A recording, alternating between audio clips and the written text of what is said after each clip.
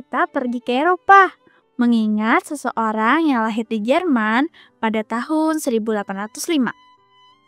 Aku pernah baca biografi orang itu. Namanya George Muller. Ketika berusia 10 tahun, dia mencuri uang ayahnya. Juga pernah mencuri uang temannya. Walau hidupnya kacau, namun perubahan besar terjadi ketika seorang temannya mengajak dia ikut pemahaman Alkitab. Roh Kudus membuat dia ingin mengenal Allah, maka dia jadi terpikat terhadap firman Tuhan. Setelah dia baca dan gali Alkitab, maka tentunya dia jadi mengenal Allah yang begitu mengasihinya. Kira-kira berapa kali dia baca Alkitab seumur hidupnya ya? Bisa-bisa 10 kali baca Alkitab. Bukan, salah. 200 kali. Ya ampun, perubahan apa yang dialaminya? Kalau di masa kecilnya dia pernah mencuri uang, maka setelah mengenal Allah yang begitu mengasihinya, maka jangankan mencuri untuk minta uang kepada orang kaya, dalam pembiayaan panti asuhannya pun dia tidak mau. Aku juga baca biografinya. Setelah itu, dia berubah total. Bahkan yang dilakukan adalah hal yang menurut dia secara alamiah tidak disukai manusia, yakni bergantung pada Allah. Alangkah indah diubahkan oleh firman Allah. Mari perhatikan terus bagaimana Yerusalem dipenuhi oleh nama Tuhan Yesus. Halo semuanya, apa kabar kalian? Semoga dalam keadaan sehat ya. Kita kembali akan mendengarkan renungan BDKA dan belajar firman Tuhan dengan tema Sukacita karena menderita bagi Injil. Diambil dari Kisah Rasul 5 ayat 40 hingga 42. Kalian siap mendengarnya? Namun sebelumnya kita berdoa.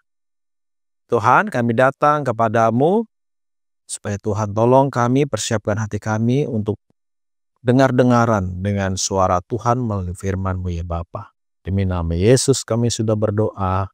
Amin. Nah, anak-anak, kita sudah mendengar bagaimana pada hari yang lalu murid-murid Yesus mengalami masalah.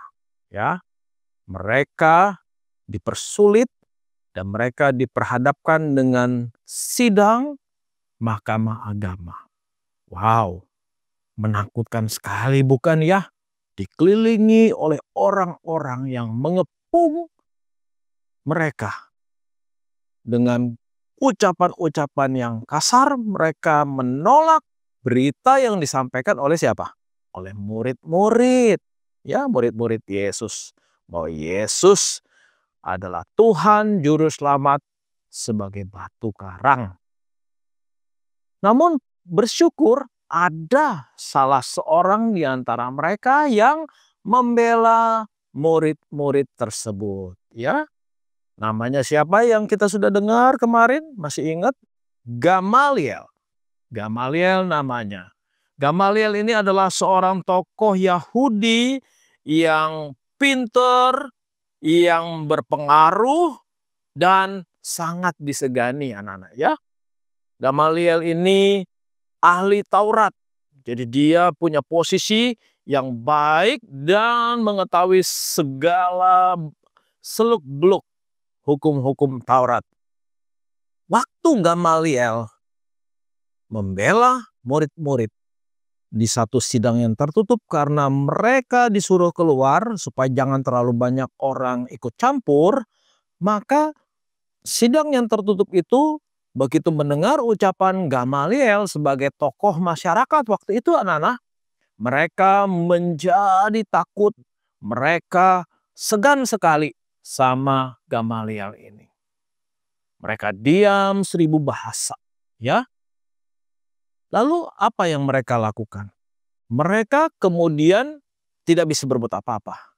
Mereka kemudian akan membebaskan rasul-rasul, tetapi sebelumnya mereka menyesah dulu, ya. Wah, mereka rupanya tidak puas kalau para rasul itu lolos begitu saja ya.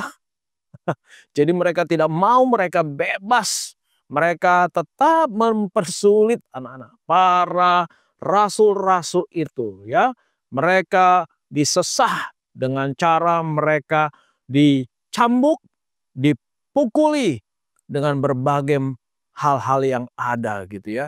Dan mereka mengingatkan para murid supaya kalian jangan lagi memberitakan tentang Yesus orang Nazaret itu.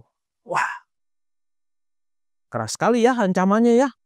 Ya itulah. Mereka mengancam murid-murid tidak boleh memberitakan nama Yesus dan tidak boleh lagi muncul di bait Allah, di sinagog, di tempat-tempat umum. Karena itu membahayakan. Membahayakan orang-orang Yahudi karena makin banyak masyarakat yang percaya pada Tuhan Yesus. Anak-anak. Dan akhirnya kemudian mereka setelah disesah, dicambuk, mereka dilepaskan keluar dari penjara tersebut. Nah, murid-murid sekali lagi mereka bisa keluar. Puji Tuhan. Puji Tuhan. Semua itu karena siapa? Karena Tuhan yang Maha Kuasa mengasihi mereka, melindungi mereka, dan tidak membiarkan mereka disesah terlalu lama, anak-anak. Dan ketika mereka sudah keluar dari penjara, apakah yang dilakukan para murid? Apakah kalian tahu? Apa? Mereka jadi takut, kemudian mereka jadi diam kah? Oh tidak. Mereka tidak mau diam seperti yang diperintahkan oleh orang-orang Yahudi, ahli-ahli Taurat itu. Yang terjadi adalah mereka justru pergi ke jalanan, pergi ke tempat-tempat umum, ke pasar-pasar untuk memberitakan Yesus yang mati dan yang sudah bangkit pada hari yang ketiga. Nah, itu terus yang mereka beritakan kepada semua orang. Luar biasa sekali bukan iman mereka ya? Bagaimana iman yang seperti itu bisa timbul dalam hati mereka? Ada yang tahu? Ya, karena iman itu diberikan oleh Allah tumbuh dan berbuah di dalam penderitaan. Iman bertumbuh dan berbuah melalui penderitaan. Kesusahan, penderitaan tidak membuat iman kita menjadi menciut, mengecil, tidak membuat kita menjadi takut dan mundur. Malahan iman itu membuat hati orang percaya semakin meluap-luap dan membuat mereka semakin rajin pergi untuk memberitakan Injil. Karena bagi murid-murid satu jiwa berharga. Anak-anak. Satu jiwa apa? Satu jiwa berharga. Ya, walaupun mereka dilarang mengajar pakai nama Yesus, tetapi mereka tetap memberitakan nama Tuhan Yesus. Mereka gembira karena mereka bisa menderita bagi Yesus. Suatu kebanggaan loh ya anak-anak ya. Bisa menderita bagi Tuhan Yesus. Kalau ada seorang pengawal raja, pengawal presiden ya yang mengawal, yang mendampingi, namanya adalah apa? Bodyguard. Tugasnya adalah membela presiden atau raja dari orang-orang yang hendak membunuh raja atau presiden itu. Dan kadangkala pengawal-pengawal ini, bodyguard ini kemudian malah yang ditembak lalu meninggal. Dan presiden dan raja yang mereka lindungi selamat. Tapi mereka bangga sekali ya. Mereka senang sekali bisa membela orang yang hebat seperti raja dan presiden. Murid-murid bangga dan senang karena mereka bisa membela raja di atas segala raja, melebihi presiden-presiden di seluruh dunia ini. Yaitu siapa? Tuhan Yesus Kristus. Nah, di sini kita melihat bahwa banyak orang yang pada saat itu hadir menjadi percaya.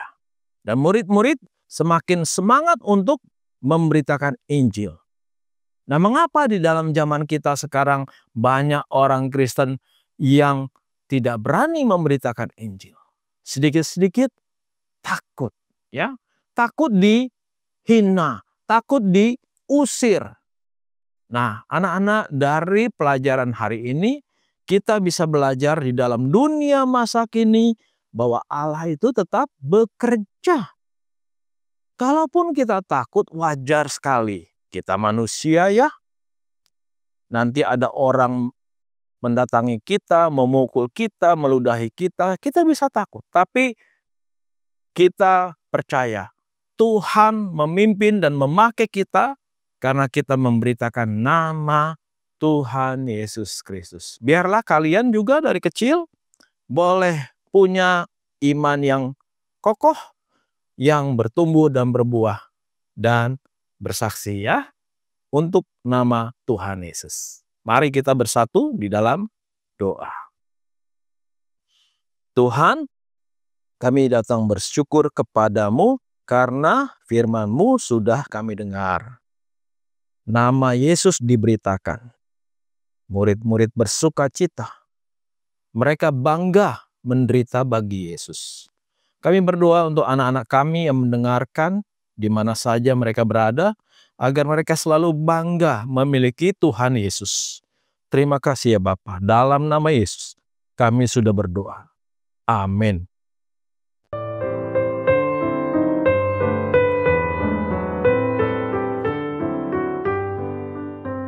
Hai Kela, coba pikir, apa aku gak malu campur marah kepada teman baru kita? Masa di depan teman sekelas aku dituduh mencuri ballpoint dia? Ya ampun, gila, sungguh keterlaluan anak itu. Aku jadi teringat bagaimana murid-murid Yesus yang baik itu dicaci maki dalam sidang mahkamah agama, namun mereka tidak membalas. Bahkan ketika diperlakukan tidak adil, mereka menyerahkan perkara itu kepada Allah yang menghakimi dengan adil. Nah, ketika keluar dari sidang, badan mereka yang penuh luka bekas cambuk, ditambah cemoohan berat, ternyata hati mereka justru bergembira karena dianggap layak menderita karena nama Kristus. Para rasul itu sudah mengenal kasih Kristus. Mereka menganggap sudah diberi kehormatan karena mereka dianggap layak menderita penghinaan oleh karena nama Yesus. Sesungguhnya, celaan karena Kristus adalah kenaikan pangkat yang sejati. Sebab hal itu membuat kita sesuai dengan teladannya, serta bermanfaat bagi kepentingannya.